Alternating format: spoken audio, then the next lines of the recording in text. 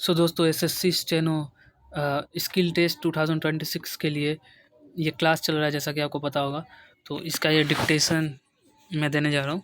आप इसको लिखिएगा और ट्रांसक्राइब करके चेक करिएगा आपका कितना मिस्टेक हुआ, और नीचे कमेंट कर दीजिएगा कि मेरा इतना परसेंट मिस्टेक हुआ है। ठीक है,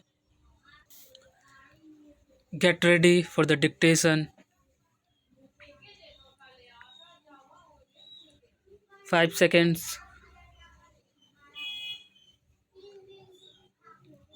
Start. In discussing the demands for grants of the Finance Ministry, we have got to see to what extent the administration of this particular ministry has led to the development of our national wealth and the securing of the welfare which our state claims to have in view.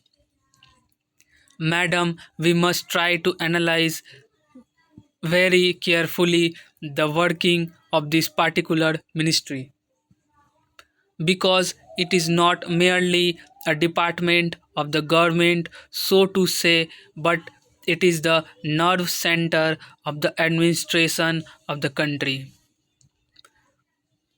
I would like to first to refer the role of foreign capital, because in determining the manner in which the permission of capital issues has been granted by the particular administration, we should keep in our mind to what extent the interest of our nation have been served. I fully endorse the statement which the previous speaker has made so far as repatriation of the investments made by foreigners and of profits are concerned. We have dealt with this topic quite a number of times, and I do not want to reiterate anything apart from only supporting what the honorable members who just now spoke said. I would now like to deal with the investments of foreigners in India. Madam, the government of our country accepted the proposition that in allowing foreign investment, it should come in only in such industry and such form of production wherein our national investors would will not come forward, and in which technical skill is wanted. There is also one the factor which the industrial policy of our government of 1948 as adumbrated further in 1949 by the prime minister laid down.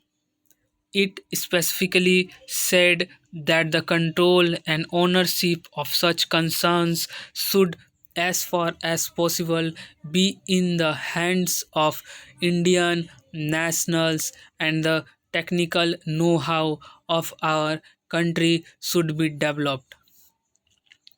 I would like to emphasize the figures that have been put forward for the last few years. From 1947 till the end of 1952 or the early part of 1952, it has been reported that rupees 19 crores of foreign capital have been allowed to be invested in our country, of what practically more than rupees 6 crore have been allowed to be invested in managing agencies and trading enterprises in our country. So far as the government policy is concerned, we find that a sum of rupees 4 crore has been allowed to be invested in this year. We do not know how it is to be used up. We have been told that during the period 1948-53, nearly rupees 35 lakhs have been allowed to be invested in textile machinery and generally in the textile industries. We have seen to what extent cotton and jute have been dominated by the national capital, and to what extent they play the role as against the demand for them. We know further what the government is doing in regard to these industries and how the Indian counterpart is these industries are behaving. Then why this further penetration of foreign capital? Even in regard to the expansion scheme, we find that paints, soaps, electric fans, and machine tools are some of the industries where the government is allowed foreign interests to establish or expand their factories. It will adversely compete with the production of the country when the indigenous producers do not find any market in this sphere.